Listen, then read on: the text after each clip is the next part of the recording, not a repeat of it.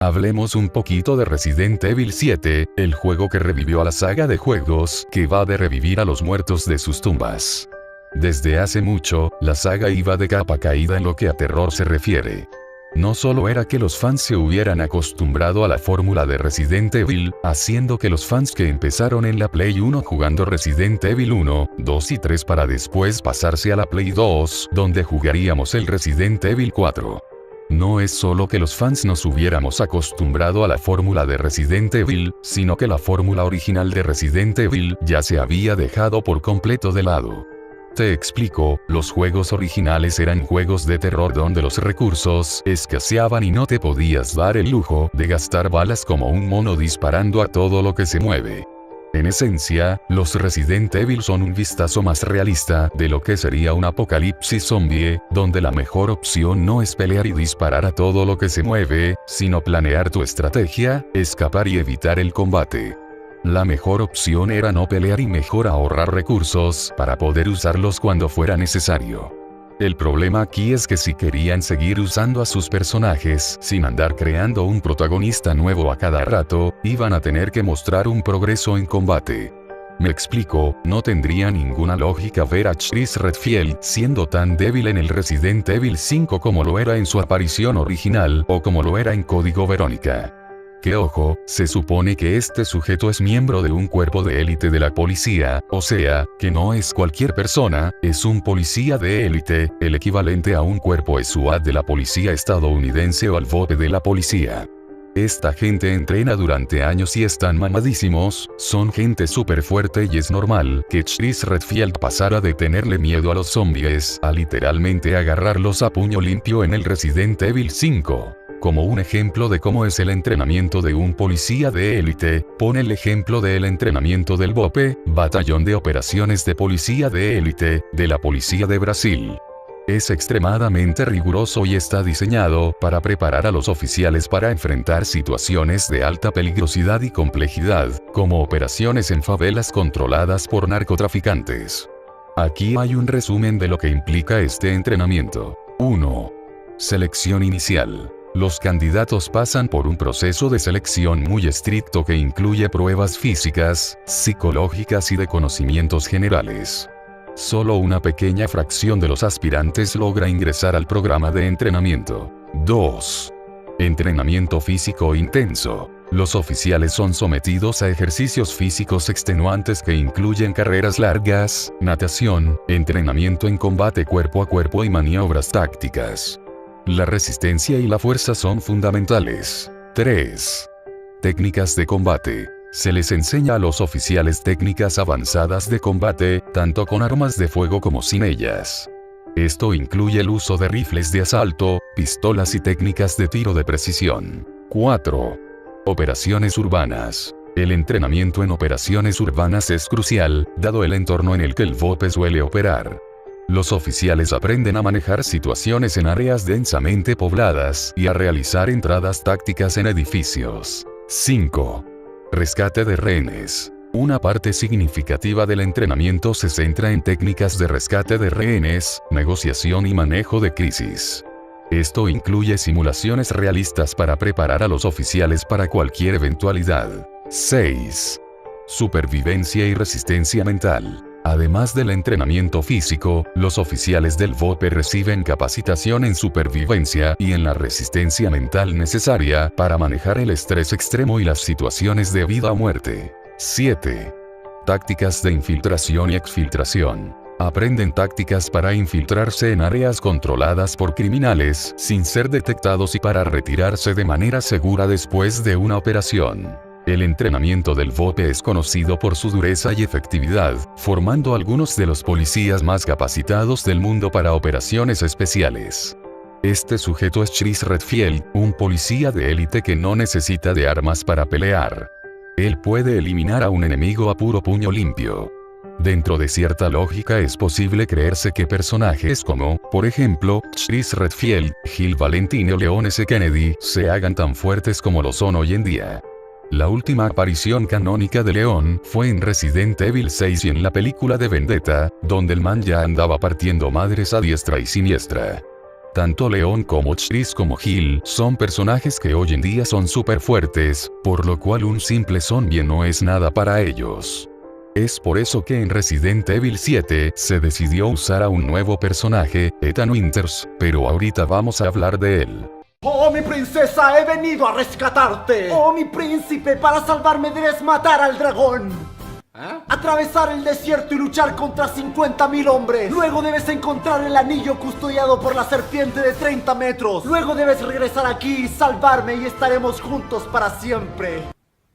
Ya, ¿y tú qué vas a hacer por mientras? Te estaré esperando. Nah, mejor no, ni que estuvieras tan buena. La fórmula de Resident Evil tenía que cambiar, tenía que evolucionar, no solo en jugabilidad sino que en historia, ambientación y gameplay.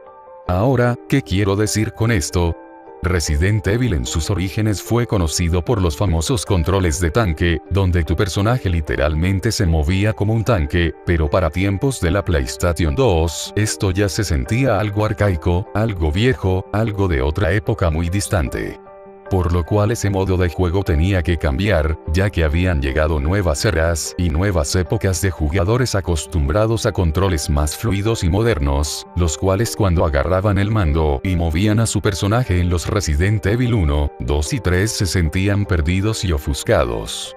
Yo mismo llegué a pasar por esto. Yo conocí la saga por el Resident Evil 4 de PlayStation 2, por lo cual me fue algo difícil acostumbrarme a los controles de tanque antiguos y a la jugabilidad de esa época. Por ende, ya estaban entrando nuevos juegos con una jugabilidad más moderna al mercado. Es por ello que Resident Evil tenía que evolucionar en su gameplay. La generación de Play 1 de Resident Evil se parece muy poco a otros juegos de disparos, pero se parece.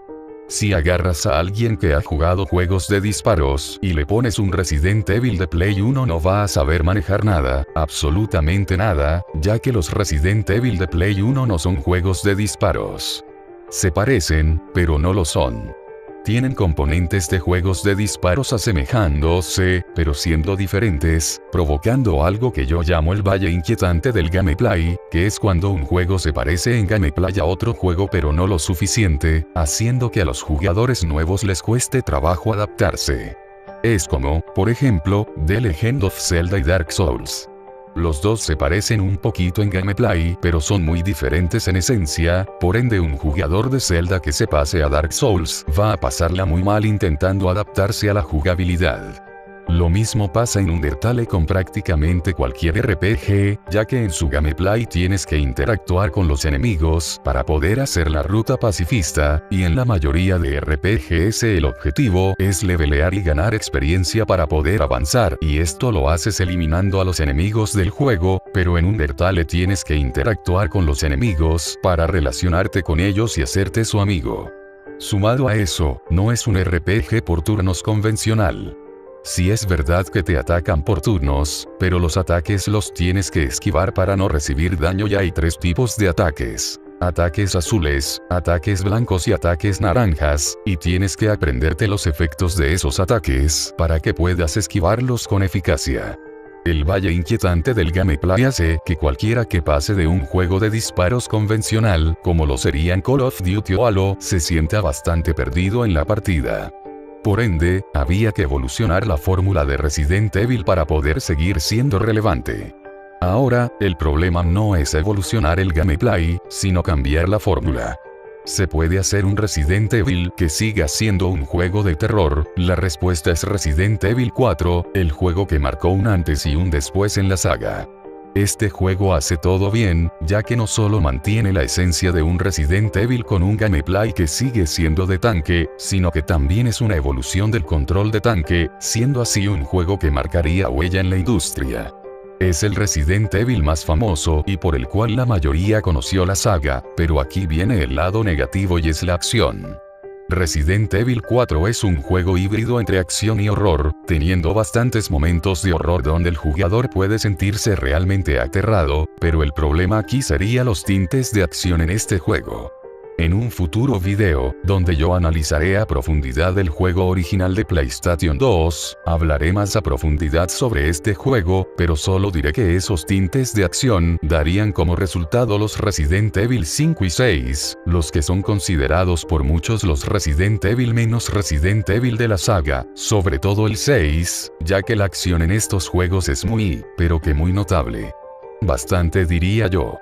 En lo personal, el 5 para mí es un juego muy meh, pero el 6 es directamente el peor de la saga, así que fingiremos que ese juego nunca existió, ya que su historia es una fumada que parece sacada de una película de Michael Bay. Entonces llegamos a la conclusión de que la evolución de los videojuegos provocó una evolución en Resident Evil, lo cual llevó a Resident Evil 4, un juego que es simplemente perfecto con el balance adecuado entre horror y acción.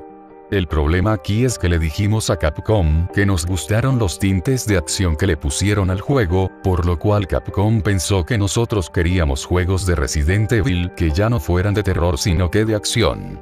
O sea, mejor que sobre a que falte. Lo que nos enamoró de Resident Evil 4 fueron sus tintes de acción, o sea, mantenerlo balanceado tirándose más por el camino del horror que de la acción. Esa malinterpretación de lo que queríamos los fans de Resident Evil, sumado a que en esa época de la Play 3, donde nacieron Resident Evil 4 y 6, juegos como Halo o como Call of Duty vendían muchísimo más que Resident Evil, así que Capcom no se quería quedar atrás en ventas. Por ende, esos dos factores dieron nacimiento a los juegos que descartarían por completo el horror en un juego que nació como un juego de horror. Es como si de un momento a otro Mario se volviera un juego para adultos como lo sería God of War, o como si de un momento a otro en Zelda ya no existiera la espada maestra, sino el AK-47 maestra. Pero de un día para otro nacería el juego que traería de nuevo a la mesa el survival horror. Resident Evil 7. No es un juego perfecto, es más, Resident Evil 7 es muy corto, lo cual me hace pensar que fue más como un experimento que un juego serio, pero hace muchas cosas bien. Hay muchas cosas que me hacen pensar que Resident Evil 8 es lo que los desarrolladores originales querían que fuera el Resident Evil 7, ya que hay muchas cosas que nos indica que el juego iba a ser más largo. Cosas como, por ejemplo, enemigos descartados o conceptos descartados, siendo algo más parecido a Resident Evil 4.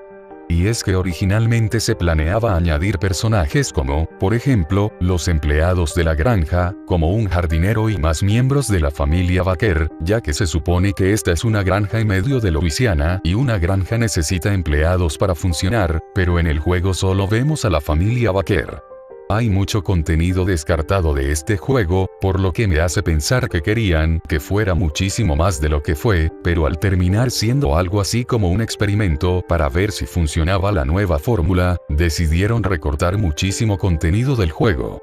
Pero aun con todo eso, el Resident Evil 7 fue un juego muy bueno que vale la pena comprar y jugar. En este juego tomaron una decisión muy acertada, que fue crear a un nuevo protagonista, ya que así podían tener un lienzo en blanco que podían usar y escribir a placer. Ethan Winters es el personaje perfecto para este juego. Es un tipo común y corriente como tú y como yo, no es muy fuerte físicamente y depende de armas fuertes para poder defenderse, incluso las maneja muy mal como un novato. Si hubieran puesto a Leon en el lugar de Ethan Winters, el man fulminaba a Jack Baker, Margaret no le iba a hacer sudar ni una gota y no iba a andar con los jueguitos de Lucas. Y en cuanto a Chris, si lo hubieran puesto en este juego, el a mero puño limpio eliminaba a la familia Baker. Ethan es un sujeto débil, lo cual hace que no sea tan necesaria narrativamente hablando la acción. Si ponías a Leon o a Chris a moverse como lo hacía Ethan, parecería como si los hubieran nerfeado, pero en Ethan su debilidad funciona como una herramienta narrativa que permite sentirte indefenso y con miedo, a la vez que el nuevo gameplay permite los toques adecuados de acción que necesita el juego. La mejor parte del juego, sin duda alguna, es la mansión Baker, pero en general todo el juego se siente bastante completo. La introducción es muy buena, no solo porque sea el inicio de todo y presenten la trama de manera perfecta, sino que también es allí cuando nos plantean todo el argumento del juego. Tu esposa está secuestrada / poseída y tienes que salvarla. La parte es con Mia, con quien se nos muestra las consecuencias del hongo, el patógeno que tomaría protagonismo en este juego. Después de pasar por la introducción, que vendría siendo la casa de invitados, conocemos a la familia Baker, conformada por Jack Baker, Margaret Baker y Lucas Baker. Por último, pero no menos importante, Eveline, la villana principal de este juego. Todo el mundo dice que Lucas se inspira en Saw, o el juego del miedo como lo conocen en algunos lados, pero me asombra que a estas alturas del partido nadie se haya dado cuenta que todos y cada uno de los miembros de la familia Baker se inspiran en un género del horror estadounidense y todos ellos conforman un juego de terror de lo que se llama gótico sureño, un género de terror que se centra en la extrañeza de ciertos pueblitos del sur de Estados Unidos. Empecemos por Jack Baker, el cual me sorprende que la gente no note la obvia referencia a personajes del género slasher como lo serían Jason Voorhees, Michael Myers o Leatherface.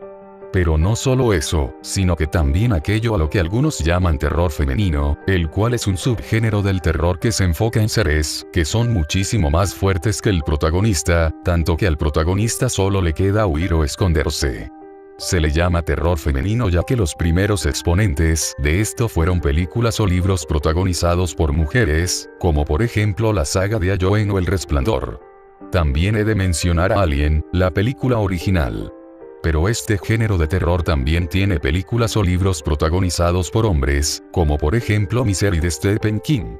Pero este tinte de horror femenino solo duraría unos poquitos minutos de juego, ya que Ethan es capaz de encontrar cómo defenderse con el arma del policía, y eso empezaría algo más parecido a un género slasher, tomando como referencia a personajes como lo serían Jason Voorhees o Michael Myers, dándonos caza por toda la casa Baker y persiguiéndonos por todos lados, haciendo que no estemos tranquilos y no dejándonos otra opción más que correr, ya que gastar balas en él no sirve de nada, ya que solo cae noqueado durante unos pocos minutos, lo cual hace que la mejor opción sea correr para poder evadirlo y así poder progresar en el juego. Otra cosa que hace que la referencia a los slasher no solo sea obvia, sino descarada, es la múltiple cantidad de veces en la cual eliminamos a Jack Baker.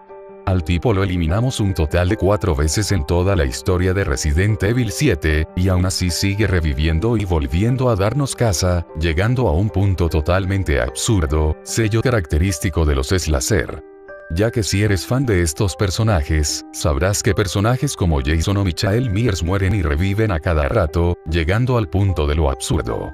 A Jack Baker lo eliminamos un total de 4 veces en todo el juego. La primera es cuando peleamos con él en el garaje, donde él voluntariamente se dispara a sí mismo con el arma que robamos del policía, quedando aparentemente muerto pero volviendo para darnos caza. La segunda vez que lo eliminamos es cuando peleamos con él usando la motosierra en la arena de combate, donde supuestamente quedó muerto, pero Jack Baker muta descontroladamente volviendo a la vida para volver a intentar eliminarnos, convirtiéndose en una masa amorfa, la cual vuelve a atacarnos. En esta pelea le inyectamos la cura al hongo, quedando indefenso y muriendo en el acto, supuestamente. Ya que lo vimos volverse piedra y creeríamos que ya con eso Jack Baker iba a morir y no volvería a ser un inconveniente para nosotros. Esta ya sería la tercera vez que Jack muere, pero te vas a ir para atrás cuando te diga que el sujeto revive por cuarta vez, murió y revivió 4 veces y es el enemigo principal de un DLC llamado The End of Zoe, donde controlamos al tío Joe, el cual es el hermano de Jack y tío de Zoe. Joe sería el héroe de este DLC y, a diferencia de los demás, pelea a puño limpio contra las bows, siendo un completo gigachat que no necesita armas para pelear.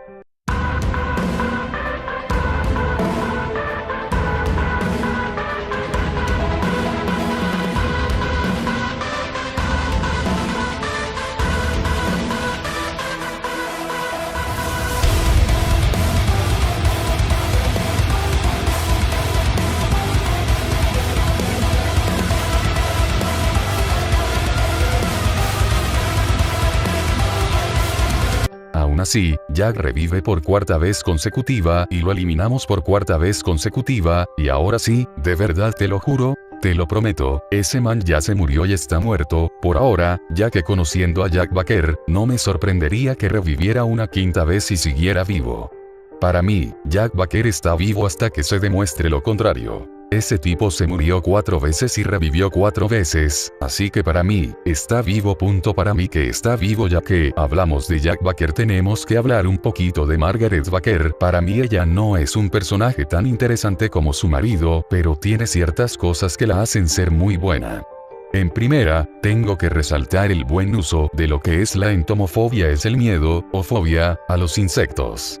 Está entre las fobias más comunes, y probablemente la fobia a animales más extendida.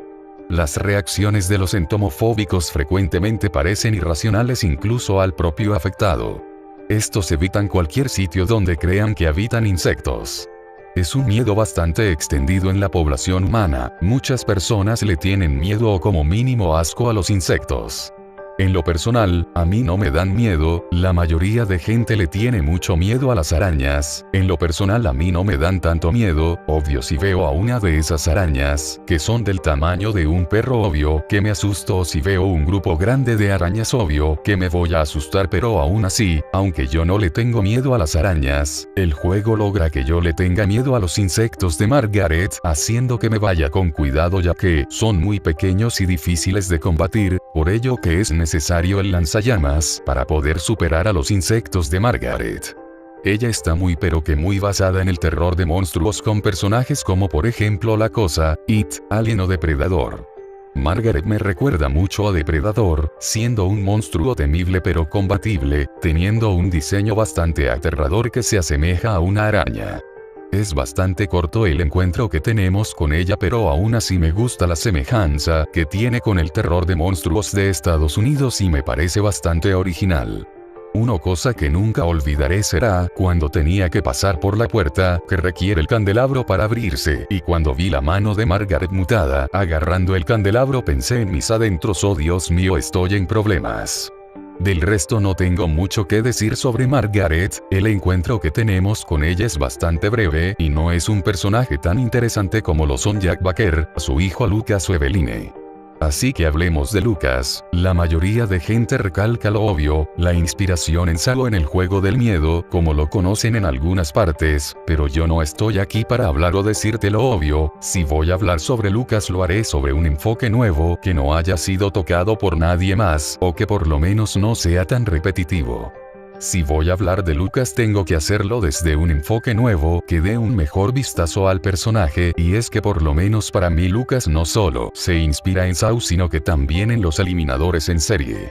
Digo eliminadores en serie ya que no quiero que YouTube se ponga delicado con este video y me lo censure, pero por si no te das cuenta, lo que quiero decir con eliminador serial es una persona que ha eliminado a varias personas de suscribiéndolas de la vida, así que espero y me entiendas. Muchas personas no se jugaron los DLC de Resident Evil 7, por lo cual no saben que Lucas Baker siempre fue malo, la infección no lo volvió malo, él siempre fue así. En uno de los documentos de Resident Evil 7, se nos cuenta que Lucas eliminó a un niño, dejándolo atrapado en el ático de su casa para que muriera de hambre, así que sí, ese sujeto nunca fue bueno, él nació siendo malo. En el DLC Nota Hero se nos cuenta que él nunca estuvo en el control de Eveline, él siempre fue malo y siempre hizo lo que hizo por su propia maldad interna y natural. Sé que muchas cosas nos indican una gran inspiración en Saw, pero hay otras cosas que me dan a pensar que Lucas Baker no solo representa a Saw, sino que también representa a un eliminador serial. Me recuerda mucho a David Parker Ray, el eliminador de la caja de juguetes, el cual tenía el mismo modus operandi que Lucas, secuestrando a sus víctimas para luego torturarlas y jugar con ellas como si fueran sus juguetes. Y por último tenemos a Eveline, la cual se inspira en el terror de fantasmas o entidades paranormales. Esto se refleja en sus apariciones, donde ella se mueve apareciendo y desapareciendo como si fuera un fantasma. También me hace recordar mucho a El Aro y al Exorcista, ya que su apariencia se parece a la de la niña del Aro, y al controlar a los miembros de la familia Baker, se podría decir que los está poseyendo y controlando como la posesión demoníaca en El Exorcista. Todos juntos me hacen recordar a la película de Camino hacia el terror, donde una familia caza humanos para consumir su carne. El juego es como un reinicio completo a la saga, ya que comienza en una casa abandonada que no está tan abandonada. Es como si los desarrolladores se hubieran preguntado cómo hubiéramos hecho Resident Evil 1 en hoy en día. La perspectiva en primera persona no es algo que yo diga uy qué bueno, qué espectacular, pero yo diría que está muy bien llevado en este juego, aunque me hubiera gustado una cámara como en el Resident Evil 4. Para mí este juego fue una apuesta muy acertada en cuanto a terror se refiere y fue uno de los mejores Resident Evil que hemos tenido la oportunidad de jugar. Muchos se quejan de que el juego tiene un nuevo protagonista que no conocíamos de nada, pero como ya lo habíamos dicho antes, Chris, Jill, Leon o Claire ya son muy fuertes hoy en día, por lo cual necesitamos a un nuevo protagonista el cual sea más débil para poder balancear el juego y que no sea tan tirado a la acción. ¿Qué espero para el futuro de la saga?